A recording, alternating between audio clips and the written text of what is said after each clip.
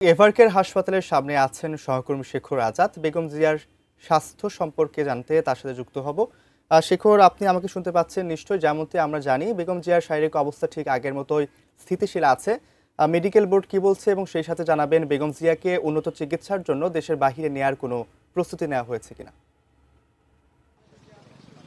রৌফ, বেগম খালেদা জিয়ার যে হচ্ছে শারীরিক অবস্থা গত বুধবার থেকে যেই ক্রিটিক্যাল অবস্থায় চলে গিয়েছে, আসলে এখন পর্যন্ত সেই রকমই অবস্থা আছে।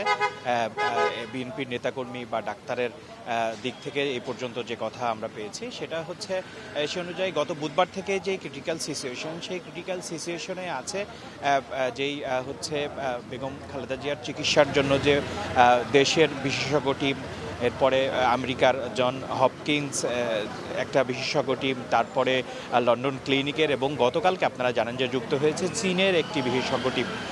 তো এই যে সব প্রতিটা হচ্ছে বিশেষজ্ঞ টিম দ্বারা যে মেডিকেল বোর্ড গঠন করা হয়েছে, সেই মেডিকেল বোর্ড আসলে মানে সার্বক্ষণিক যে সর্বোচ্চ সেবাটা আসলে তারা দিয়ে যাচ্ছে, এবং তারা বলছে যে কোনো এবং গত কয়েকদিন ধরেই আসলে এটা বলা হচ্ছে যে হচ্ছে তার অবস্থা যদি কিছুটা স্থিতিশীল হয়, তারপরেই আসলে আমরা তাকে নিয়ে বিদেশে উন্নত চিকিৎসার জন্য যাওয়া হবে। অ্যান্টিব্যাকটেরিয়াল অ্যাডিটিভ যুক্ত সেরা ওয়াটার ট্যাঙ্ক বিশুদ্ধ পানিতে ব্যাকটেরিয়া জন্মাতে দেয় না।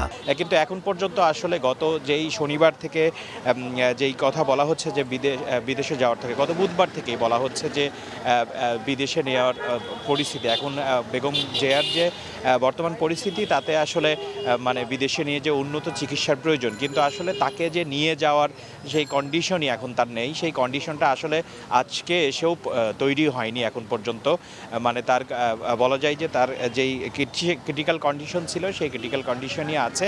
এবং এখানকার খবর যদি আমি আরেকটু বলি, সেটা হচ্ছে যে আপনারা জানেন যে এইখানে বেগম খালেদা জিয়া এভারকেয়ার হাসপাতাল যেই 23 তারিখ থেকেই আছে, এবং এইখানে প্রচুর পরিমাণ নেতাকর্মীদের ভিড়, এবং হচ্ছে এবং তার জন্য গতকালকে আসলে এই যে এভারকেয়ার হাসপাতালের যে গেটের যে সামনের অংশটা সেটা ব্যারিকেড দিয়ে রাখা হয়েছে, এবং হচ্ছে নেতাকর্মীদের পক্ষ থেকে বলা হয়েছে যে বেগম খালেদা জিয়ার চিকিৎসা নিয়ে বিভিন্ন ধরনের বিভ্রান্তি হচ্ছে, এবং এই ক্ষেত্রে বেগম খালেদা জিয়ার আপডেট একমাত্র তার ব্যক্তিগত চিকিৎসক AZM জাহিদ হোসেন দেবেন, তার বাইরে কোনো বক্তব্য নেওয়ার দরকার নেই। তো এই ছিল আমার কাছে এভারকেয়ার হাসপাতাল থেকে সর্বশেষ। রৌফ।